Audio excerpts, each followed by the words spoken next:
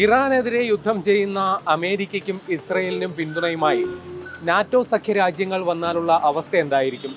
അതിസങ്കീർണ സാഹചര്യത്തിലേക്ക് കാര്യങ്ങൾ പോകും. ഒരു പക്ഷേ അത് ഒരു ലോകമഹായുദ്ധത്തിനും വഴിതെളിച്ചേക്കാം.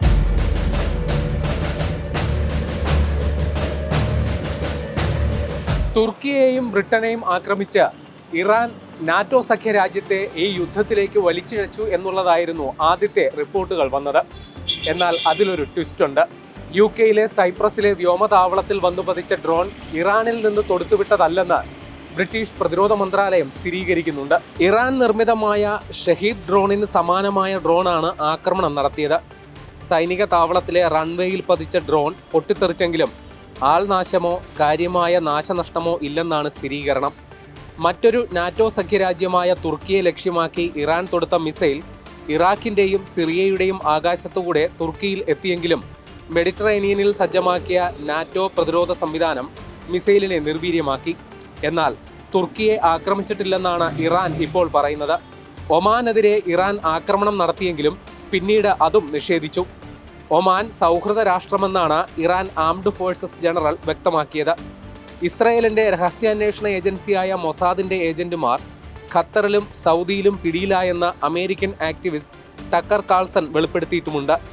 ഇറാനെതിരായ സൈനിക നടപടിയിലേക്ക് മറ്റ് രാജ്യങ്ങളെയും വലിച്ചിഴയ്ക്കാൻ അമേരിക്കയും ഇസ്രയേലും രഹസ്യ പദ്ധതി നടപ്പിലാക്കുന്നുണ്ടോ എന്ന സംശയം ഇതോടെ ബലപ്പെടുകയാണ്.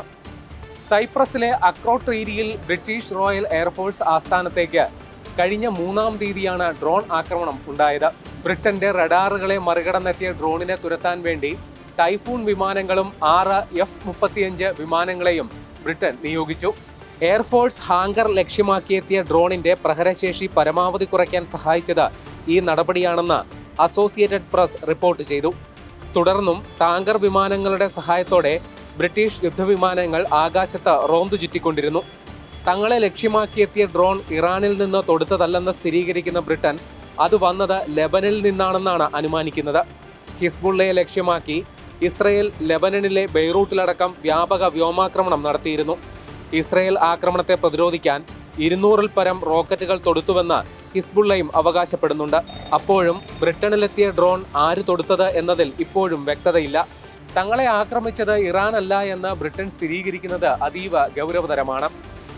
ബ്രിട്ടീഷ് പ്രധാനമന്ത്രി കീർ സ്റ്റാർമറും അമേരിക്കൻ പ്രസിഡന്റ് ഡൊണാൾഡ് ട്രംപും പല വിഷയങ്ങളിലും പരസ്യ വിയോജിപ്പ് പ്രകടിപ്പിക്കുന്നതാണ് സമീപകാല ചരിത്രം.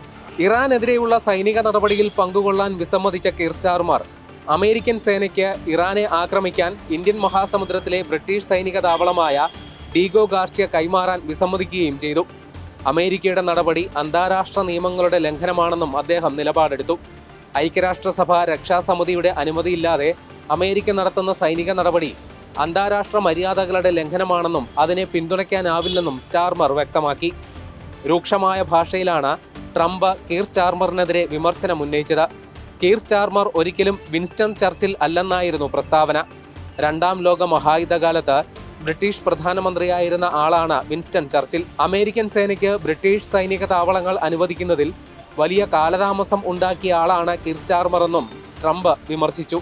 പിന്നീട് ബ്രിട്ടീഷ് എയർബേസുകൾ അമേരിക്കയ്ക്കായി അനുവദിച്ചെങ്കിലും അത് ബ്രിട്ടന്റെ സൗഹൃദ രാഷ്ട്രങ്ങളുടെയും ബ്രിട്ടീഷ് പൗരന്മാരുടെയും രക്ഷയ്ക്കായി പ്രതിരോധം സൃഷ്ടിക്കാൻ വേണ്ടിയാണെന്നും ആകാശമാർഗം ആക്രമണം നടത്തിയല്ല ഒരു രാജ്യത്തും അധികാരമാറ്റം ഉണ്ടാക്കേണ്ടതെന്നും കീർ സ്റ്റാർമർ പറഞ്ഞു. പശ്ചിമേഷ്യയിലെ സംഘർഷത്തിന്റെ പശ്ചാത്തലത്തിൽ ബ്രിട്ടന്റെ സുരക്ഷയ്ക്ക് മാത്രമാണ് പരിഗണന നൽകുന്നതെന്നും അദ്ദേഹം വ്യക്തമാക്കിയിട്ടുണ്ട്. തുർക്കിയെ ലക്ഷ്യമാക്കി ഇറാൻ തൊടുത്തുവിട്ട മിസൈൽ സിറിയയുടെയും ഇറാഖിന്റെയും ആകാശമാർഗം താണ്ടി തങ്ങളെ ലക്ഷ്യമാക്കി എത്തിയെന്നും എന്നാൽ കിഴക്കൻ മെഡിറ്ററേനിയനിൽ സ്ഥാപിച്ച നാറ്റോ വ്യോമ പ്രതിരോധ സംവിധാനങ്ങൾ ഈ മിസൈലിനെ നിർവീര്യമാക്കിയെന്നുമാണ് തുർക്കി അവകാശപ്പെടുന്നത്. എന്നാൽ തുർക്കിക്കെതിരെ ഒരു മിസൈലും തൊടുത്തിട്ടില്ലെന്നും തുർക്കിയുടെ പരമാധികാരത്തെ മാനിക്കുന്നുവെന്നുമാണ് ഇറാൻ പ്രതിരോധ മന്ത്രാലയം ദേശീയ മാധ്യമത്തിലൂടെ നടത്തിയ പ്രതികരണം.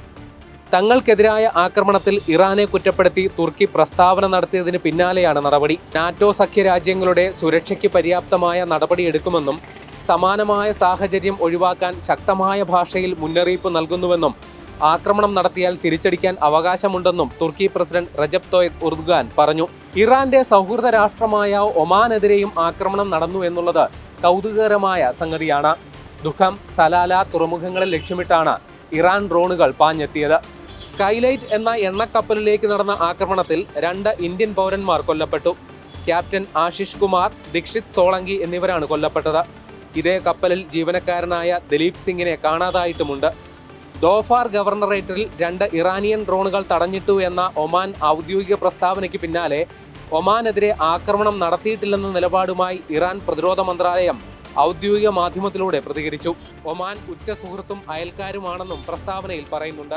ഇറാനെതിരെ അമേരിക്കയും ഇസ്രയേലും നടത്തുന്ന സൈനിക നടപടിയിൽ അമേരിക്കൻ സഖ്യരാജ്യങ്ങളേറെയും വ്യത്യസ്തമായ നിലപാടുകളാണ് എടുത്തിരിക്കുന്നത്.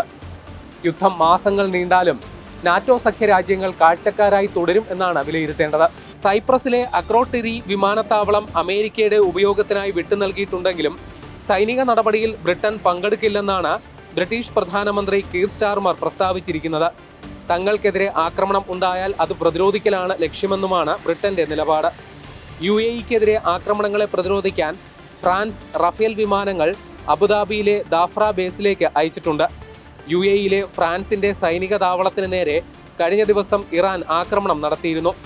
മിഡിൽ ഈസ്റ്റിൽ ഫ്രാൻസിന്റെ സൈനിക താവളങ്ങൾ അമേരിക്കയ്ക്ക് ഉപയോഗിക്കാനുള്ള അനുമതിയും നൽകിയിട്ടുണ്ട്. UAEയുടെ വ്യോമമേഖലയിൽ ഫ്രാൻസിന്റെ വിമാനങ്ങൾ റോന്തു ചുറ്റുന്നുണ്ട്. നാറ്റോ അംഗരാജ്യങ്ങളെ പിന്തുണയ്ക്കുന്നുവെങ്കിലും നാറ്റോ സഖ്യരാജ്യങ്ങളുമായി കൂടിയാലോചിക്കാതെ അമേരിക്കയും ഇസ്രയേലും നടത്തിയ സൈനിക നടപടിയോട് ബാധ്യതയില്ലെന്നാണ് കനഡിയൻ പ്രധാനമന്ത്രി മാർക്ക് കാർണി പറയുന്നത്. എന്നാൽ ഇറാൻ ആണവായുധം കൈക്കലാക്കുന്നത് തടയാനും ഇറാൻ ഭരണകൂടം അന്താരാഷ്ട്ര സമാധാനത്തെ വെല്ലുവിളിക്കുന്നത് തടയാനും അമേരിക്ക എടുക്കുന്ന നടപടിയെ പിന്തുണയ്ക്കുമെന്നും കാർണി വ്യക്തമാക്കുന്നുണ്ട്. വെടിനിർത്തൽ സാധ്യമാക്കാൻ കാനഡ ഇടപെടുമോ എന്ന ചോദ്യത്തിന് ഇരുപക്ഷവും സാധാരണക്കാർക്ക് നേരെ ആക്രമണം നടത്തുന്നത് നിർത്തുന്ന ഘട്ടത്തിലെ അത്തരം ചർച്ചകളിലേക്ക് കടക്കാനാകൂ എന്നും കാനഡയുടെ പ്രധാനമന്ത്രി പറയുന്നു. അമേരിക്കയുടെയും ഇസ്രയേലിന്റെയും ആക്രമണത്തിൽ പങ്കാളിയാകുമെന്ന് കരുതിയിരുന്നെങ്കിലും ജർമ്മനി പിൻവാങ്ങി. എന്നാൽ തങ്ങൾക്കെതിരെ ആക്രമണം ഉണ്ടായാൽ ജർമ്മൻ സൈനികർ പ്രതിരോധിക്കും. നാറ്റോയിലെ മറ്റ് അംഗരാജ്യങ്ങളെ അപേക്ഷിച്ച് സൈനിക സംവിധാനങ്ങളിലും സൈനിക താവളങ്ങളിലും വലിയ കുറവ് തങ്ങൾക്കുണ്ടെന്നും ജർമ്മനി സ്വയം വിലയിരുത്തുന്നുണ്ട്. ഗൾഫ് മേഖലയിലെ തങ്ങളുടെ വ്യോമ പ്രതിരോധ സംവിധാനങ്ങൾ അമേരിക്കയ്ക്കും ഇസ്രയേലിനും അനുകൂലമായി ഉപയോഗിക്കുമെന്ന് ഇറ്റലി വ്യക്തമാക്കിയിട്ടുണ്ട്. എന്നാൽ ഇറാനിൽ നിന്ന് ആക്രമണം ഉണ്ടായിട്ടും അമേരിക്കയ്ക്കും ഇസ്രയേലിനും ഒപ്പം യുദ്ധത്തിനില്ലെന്ന നിലപാടാണ് തുർക്കി എടുത്തിരിക്കുന്നത്. അമേരിക്കയും തുർക്കിയും സംയുക്തമായി പ്രവർത്തിപ്പിക്കുന്ന ഇൻസിറിലിക് എയർബേസിൽ നിന്നും ഇറാനെതിരെ സൈനിക നീക്കം ഉണ്ടാകാൻ അനുവദിക്കില്ല. തങ്ങളുടെ വ്യോമതാവളങ്ങൾ ഇറാനെതിരെയുള്ള സൈനിക നീക്കങ്ങൾക്ക് വിട്ടു നൽകില്ലെന്നാണ് സ്പെയിനിന്റെയും നിലപാട്. അതേസമയം NATO general secretary Mark Rutte നാറ്റോയുടെ ആർട്ടിക്കിൾ 5 പ്രകാരമുള്ള നടപടികൾ എടുക്കാൻ തയ്യാറാണെന്ന് പ്രസ്താവന നടത്തിയിട്ടുണ്ട്. ഈ ചട്ടം പ്രകാരം ഏതെങ്കിലും ഒരു നാറ്റോ സഖ്യരാജ്യത്തിനെതിരെ ആക്രമണം ഉണ്ടായാൽ അത് നാറ്റോയ്ക്കെതിരായ ആക്രമണമായി കണക്കാക്കും. നാറ്റോ അംഗരാജ്യങ്ങൾ പരസ്പര വിരുദ്ധ പ്രസ്താവനകൾ തുടരുമ്പോൾ പിന്തുണ ഉറപ്പിക്കാൻ ആസൂത്രിതമായ ആക്രമണങ്ങൾ നടക്കുന്നുണ്ട് എന്നുള്ള സംശയമാണ് ഇപ്പോൾ ബലപ്പെടുന്നത്. ഇറാന്റെ ആക്രമണം നിഷേധിച്ചുകൊണ്ടുള്ള ബ്രിട്ടന്റെ പ്രസ്താവനയും ഒമാനും തുർക്കിക്കുമെതിരെ ആക്രമണം നടത്തിയിട്ടില്ലെന്ന ഇറാന്റെ വെളിപ്പെടുത്തലിന്റെയും അടിസ്ഥാനത്തിലാണ് ഇക്കാര്യം ചർച്ചയാവുന്നത്. അമേരിക്കയുടെയും ഇസ്രയേലിന്റെയും രഹസ്യാന്വേഷണ ഏജൻസികൾ നടപ്പിലാക്കുന്ന പദ്ധതികളെന്നും വിലയിരുത്തലുണ്ട്. മൊസാദിന്റെ ഏജന്റുമാർ ഖത്തറിലും സൗദിയിലും പിടിയിലായെന്ന വെളിപ്പെടുത്തലും ഇതോടൊപ്പം ചേർത്ത് വായിക്കുമ്പോൾ ദുരൂഹത വർദ്ധിക്കുന്നു. സൗദിയിലും ഖത്തറിലും സ്ഫോടനങ്ങൾ ആസൂത്രണം ചെയ്ത് നടപ്പിലാക്കാനും ഇതിന്റെ ഉത്തരവാദിത്തം ഇറാനിൽ കെട്ടിയേൽപ്പിക്കാനുമാണ് അവിടെ പിടിയിലായ മൊസാദ് ഏജന്റുമാർ ശ്രമിച്ചത് എന്നാണ് അമേരിക്കൻ ആക്ടിവിസ്റ്റ് ടക്കർ കാൾസൺ പറയുന്നത്. എന്നാൽ മൊസാദ് ഏജന്റുമാർ പിടിയിലായി എന്ന വാർത്ത ഖത്തറും സൗദിയും നിഷേധിക്കുന്നുമുണ്ട്.